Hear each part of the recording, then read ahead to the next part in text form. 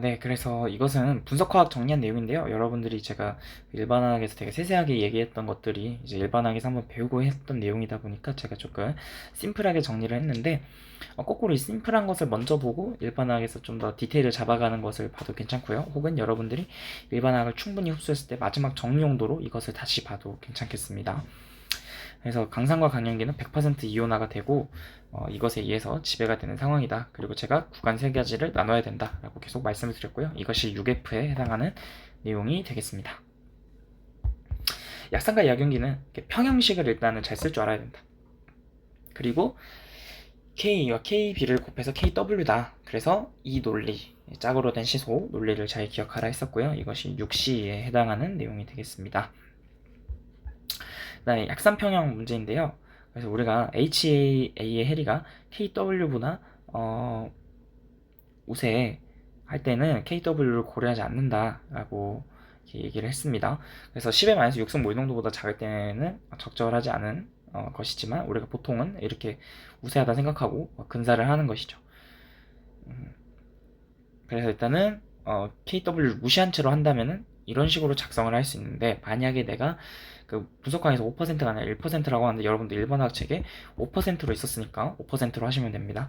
그래서 x가 f의 1% 이하라면 무시를 한다라는 이야기고요. 그래서 근사를 해서 f분의 x제곱, 그러니까 우리가 초기 농도에서 그 해리가 되면은 조금 농도가 감소하게 되는데 이 감소하는 수준을 무시한다. 그래서 이렇게 식을 바로 작성할 수 있겠습니다. 그래서 여러분들이 맨날 이렇게 해서 근사를 해서 이거 구한다 라고 하지 말고, 이게 바로 빡 공부를 많이 한 사람들은 이렇게 정리해 놓은 식으로 바로바로 넣어서 풀면 되겠죠. 몇 번 하다가 익숙해지면 이걸 쓰는 게 가장 타당한 방법이라고 생각이 듭니다. 약연기 평형은 거꾸로 하면 되는데 OH-를 구한 다음에 그 둘이 더해서 14다 이용해서 변환을 해주면 되겠죠. 완충용액은 지난번에도 얘기했지만 산염기가 첨가되고 묽혀져도 pH 변화를 막는 용액이다. 그래서 르샤틀리의 원리를 좀 따르고 있고요.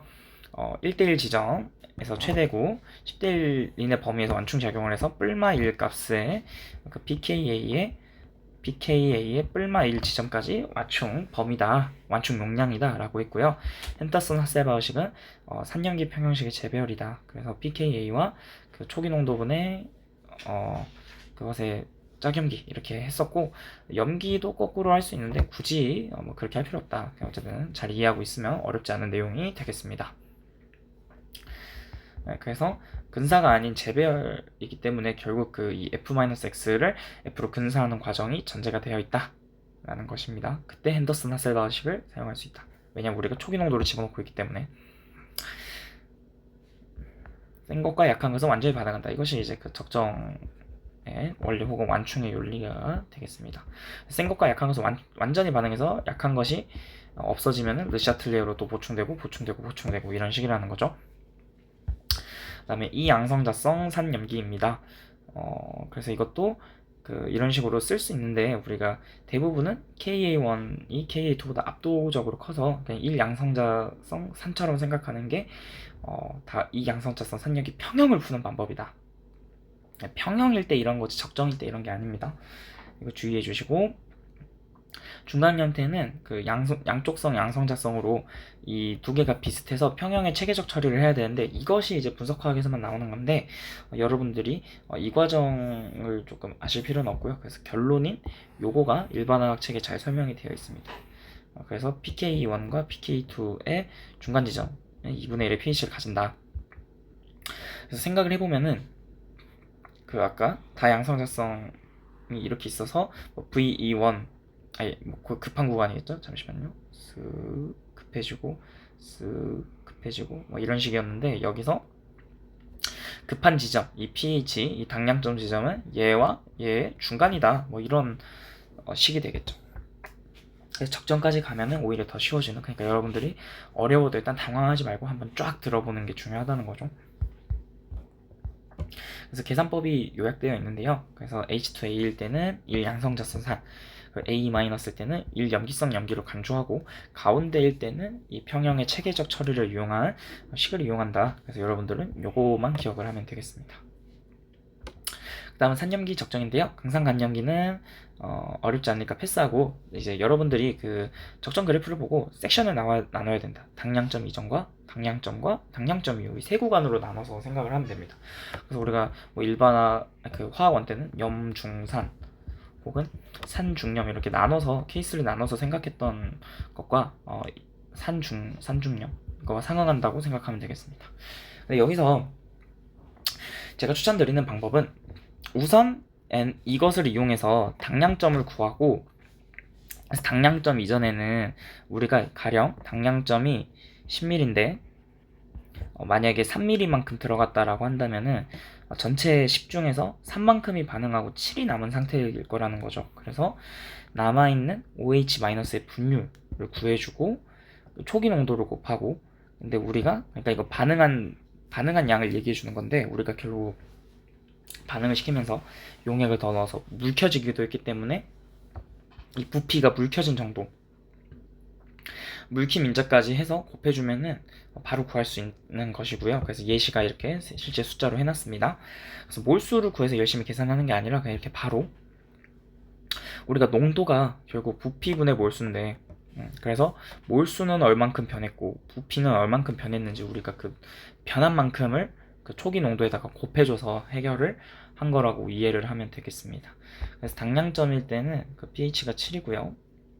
네. 당량점 이후일 때는 우리가 그 초기 농도에다가 그 물킴 인자만 하면 되겠는데, 물킴 인자가 전체분의 과량, 아까는 반응하고 얼마나 남았냐를 했는데, 우리가 그 예를 들어서 당량점이 10mm였는데 10.50mm 구간에서는 10.50mm 구간에서는 0.50의 H 플러스가 들어갔다라고 생각을 하고 계산을 하면 된다는 거죠. 약산 강염기는 아까 우리가 산중염 이렇게 세 가지 구간으로 나눴는데요. 그게 아니라 산을 넣기 전에도 평형이 있기 때문에 그 우리가 근사에서 구하는 식 이거를 이용하고, 당량점 이전에서는 우리가 처음 평형을 고려하고 나서 이제 들어가기 시작했다면 그 이것이 그 기존의 처음 산의 형태와 그것의 짝염기가 같이 공존하고 있어서 일종의 완충 용액이라 생각할 수 있는데요. 그 완충 용액의 pH는 핸더슨 하셀바흐 식으로 구한다고 했었죠. 그래서 우리가 그 이것도 지금 얼만큼 반응했는지, 예를 들어서 지금 예시에서는 구체적인 숫자가 여기 지금 당량점이 10mm라고 했는데, 가령 만약에 3mm를 넣었다면은 전체 10 중에 3만큼이 반응해서 7이 남아있고, 얘는 들어간 족족 바로 없어졌을 거고, 짝염기가 10분의 3만큼 생겼다 해서 여기 10분의 7 넣고 여기 10분의 3 넣으면 되겠고, 그래서 2분의 1 당량점일 때 완충 최대 지점이다 까지 챙겨주시면 되겠습니다. 이것을 그래프로 다시 본다면 이렇게 되겠죠. 그래서 A 구간, B 구간, 당량점 C 구간, D 구간 이렇게 생각을 하면 되는데, 당량점, 그래서 여기서 조심할 게, 당량점일 때는 그 HA를 모두 소모해서 A-만 있는 상태라고 생각을 할 수 있겠어요. 근데 A-도 약염기이기 때문에 그 약염기의 용액이라고 생각하고, 그 KB 약염기 평형식을 이용해서 그 pH를 구해야 된다 라는 거 하시면 되겠습니다. 그래서 KBF, 이게 아까 그 KAF하고 똑같게 이것이 그거인 거죠.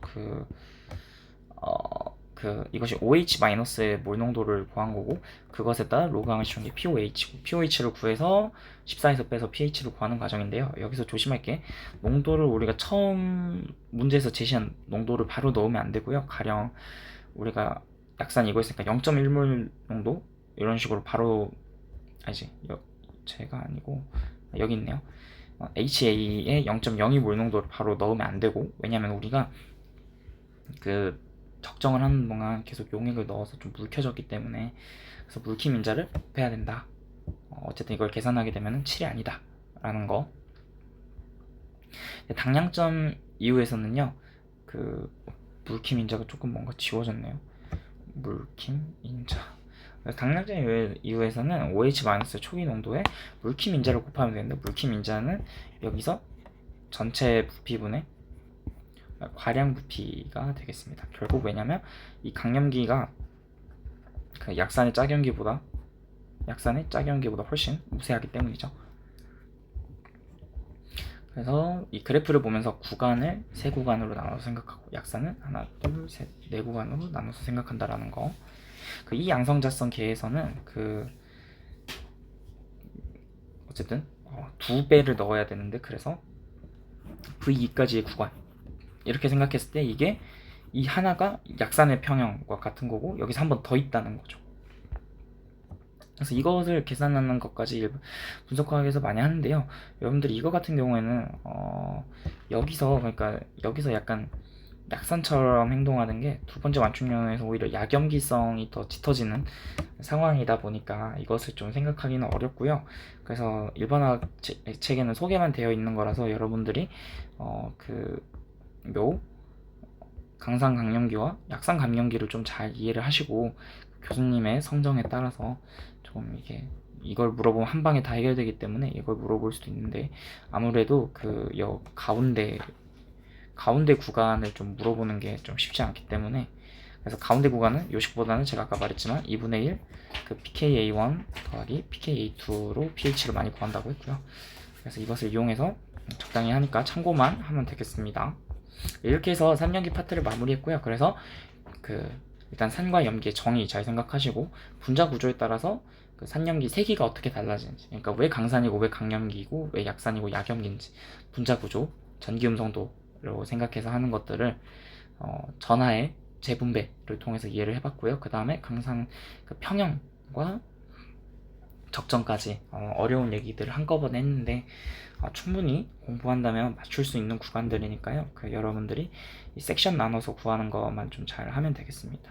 보통 이 적정의 평형이 다 들어있기 때문에 자체 평형 문제보다는 적정 문제로 섹션 나눠서 푸는 문제들이 반드시 나올 거라고 생각을 하면 편하겠고요.